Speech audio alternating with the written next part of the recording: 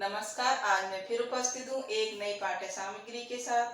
तो आज का हमारा विषय है शब्द और वाक्य। जैसे कि पिछली कक्षा में हमने पढ़ा था वर्ण विभाजन, तो आज हम क्या पढ़ेंगे, शब्द और वाक्य। तो आइए चलते हैं अपने विषय की ओर। शब्द शब्द क्या है? दो या दो से अधिक वर्णों के सार्थक यानी कि सार्थक मेल को शब्द कहते हैं। ठीक है, तो दो या दो से अधिक वर्णों के सार्थक मेल को हम क्या कहते हैं? शब्द कहते हैं। ठीक है, तो उसके कुछ उदाहरण है, जैसे पत्र। ठीक है, अब पत्र में आपको दो वर्ड दिख रहे होंगे, लेकिन यहाँ दो वर्ड नहीं है। जब हम इसको तोड़ेंगे तो प प्लस आ प्लस त और प्लस रा, यानी कि ये कैसा है? ये वर्ण है, ये क्या है? स्वर सहित है। ठीक है, ये वर्ण क्या है? स्वर सहित। लेकिन जब हम इसको तोड़ेंगे तो इसमें से स्वर अलग हो जाएगा और प को हम हलंत कर देंगे और इसमें से क्या निकलेगा? अ। और फिर त्र क्या है? संयुक्त व्यंजन, और इसको भी हम तोड़ेंगे तो त हलंत हो जाएगा प्लस रा हलंत हो जाएगा और उसमें क्या निकलेगा? अ। ऐसे हमारा ये क्या होगा? 5 वर्ड। इस पत्र में हमारे कितने वर्ड हुए? 5। तो हमारी परिभाषा क्या है कि दो या दो से अधिक वर्णों के सार्थक मेल को हम क्या कहते हैं? शब्द। तो इस शब्द में भी दो से अधिक वर्ण है। ऐसे ही आप नर को देखिए, तो न धन ल, और नर में कितने वर्ण हो गए? न प्लस आ प्लस ला और प्लस अ, यानी कि 4 वर्ण हो गए। ये तो आप जानते ही होंगे कि अगर प के नीचे हलंत है तो आप उसको स्वर रहित समझिए, और हलंत नहीं है तो इसमें क्या है? हमारा स्वर मिला हुआ है, और वो भी कौन सा? अ, क्योंकि हमारा स्वर जो अ है वो सर्वप्रथम स्वर, इसलिए चलिए आगे चलते हैं। अब शब्द के कितने भेद हैं? हमने शब्द को समझा, शब्द है क्या। अब हम समझते हैं कि शब्द के कितने भेद हैं। तो शब्द के दो भेद होते हैं, यानी कि सार्थक शब्द और निरर्थक। सार्थक माने जिन शब्दों का कुछ अर्थ निकले, और निरर्थक माने जिनका कोई अर्थ ही नहीं, यानी कि अर्थहीन शब्द क्या होते हैं? निरर्थक। तो आइए सार्थक शब्द समझ लेते हैं। वर्णों के मेल से बने ऐसे शब्द जिनका कोई सार्थक अर्थ हो, वो शब्द क्या होते हैं? यानी कि वो सार्थक शब्द कहलाते हैं। जैसे कमल, यानी कि इसका अर्थ है किताब, इसका भी अर्थ है सड़क, इसका भी अर्थ है। ठीक है, तो सार्थक शब्द किसे कहते हैं? कि जिन वर्णों के मेल से बने हुए शब्द जिनका कोई अर्थ निकले, या वो शब्द सार्थक अर्थ हो, सार्थक अर्थ प्रकट करें, वो क्या होते हैं? सार्थक शब्द कहलाते हैं। ऐसे नंबर 2, निरर्थक शब्द। वर्णों के मेल से बने ऐसे शब्द जिनका कोई सार्थक अर्थ नहीं निकले, ठीक है, उनका कोई अर्थ ही नहीं निकले, तो वो क्या हो जाते हैं? निरर्थक शब्द कहे जाते हैं। ठीक है, जैसे बहुत सारे शब्द हैं, जैसे मलक है, बताक है तथा दशक, यानी कि इनको उल्टा कर दिया तो इनका कोई अर्थ ही नहीं रह गया, यानी कि ये निरर्थक शब्द हो गए। जैसे हम कभी कभी जल्दी में बोलते हैं रोटी खोटी, तो रोटी का तो अर्थ निकलता है, लेकिन खोटी शब्द क्या हो गया? निरर्थक हो गया, है ना।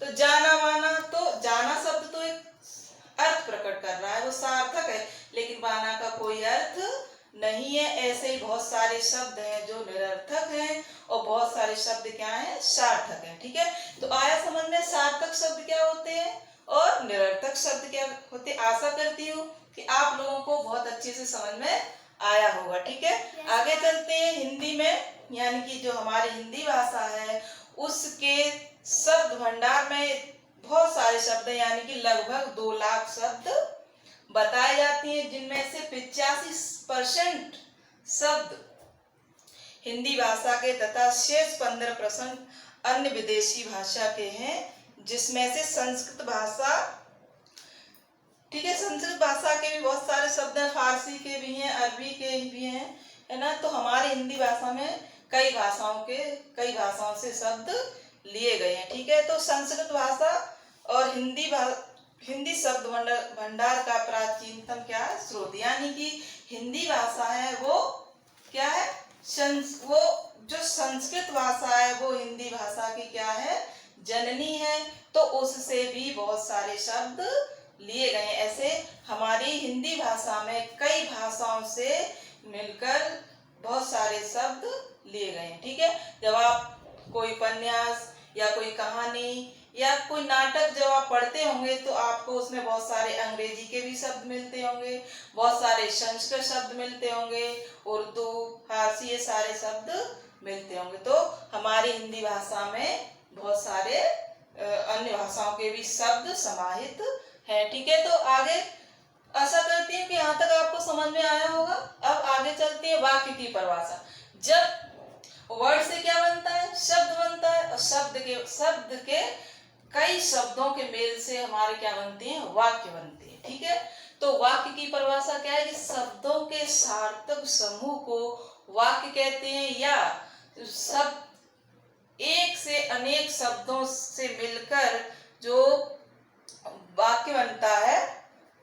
ठीक है, यानी कि सार्थक समूह, कई शब्दों को मिला देते हैं तो उनका क्या हो जाता है, समूह हो जाता है, और उसी को हम क्या कह देते हैं, वाक्य कहते हैं। जैसे ज्योति सिंह खाना खा रही है, यानी कि इसमें कितने शब्द हो गए, ज्योति सिंह खाना खा रही है, यानी कि इसमें कितने शब्द हो गए, 1 2 3 4 5 6, यानी कि ये वाक्य 6 शब्दों से मिलकर बना है।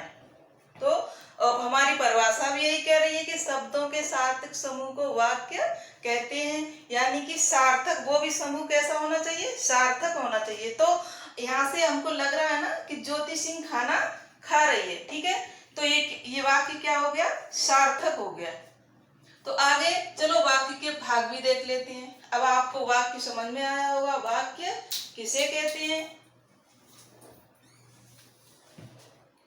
आइए अब वाक्य के भाग। वाक्य के कितने भाग हैं, 2, उद्देश्य और विधेय। ठीक है, तो वाक्य के कितने भाग हो गए, उद्देश्य और विधेय। वाक्य क्या हो गया, माँ खाना बना रही है, यानी कि ये वाक्य है, माँ खाना बना रही है, तो उद्देश्य क्या है, माँ, और विधेय क्या है, खाना बना रही है। ठीक है, ऐसे ही गाय घास चर रही है, यानी कि गाय क्या हो गई हमारी, उद्देश्य हो गई, और घास चर रही है यानी कि विधेय। तो उद्देश्य परिभाषा देखिए, वाक्यों में जिसके विषय में बात करते हैं उसे हम क्या कहते हैं, उद्देश्य कहते हैं। जैसे कि हम यहाँ पे माँ खाना बना रही है, तो हम किसके विषय में बात कर रहे हैं, माँ के विषय में। ठीक है, ऐसे ही विधेय, उद्देश्य के विषय में जो कुछ कहते हैं उसे विधेय कहते हैं। तो यहाँ क्या है, खाना बना रही है, तो हमारी ये उद्देश्य और विधेय की भी परिभाषा है। आप चाहे तो नोट कर लीजिए, और आशा करती हूँ कि आपको ये टॉपिक बहुत अच्छे से समझ में आया होगा, और आप इससे पहले का डे 3 देखना चाहते हैं तो आप हमारे आई बटन पर क्लिक करके देखिए, जिससे कि आपको ये आगे की जो पाठ्यक्रम है, जो पाठ्य सामग्री है वो समझ में आएगी। और इसी के साथ आज की हमारी ये क्लास यहीं संपन्न होती है, और एक नई पाठ्य सामग्री के साथ फिर मैं उपस्थित होंगी आपके सामने। धन्यवाद।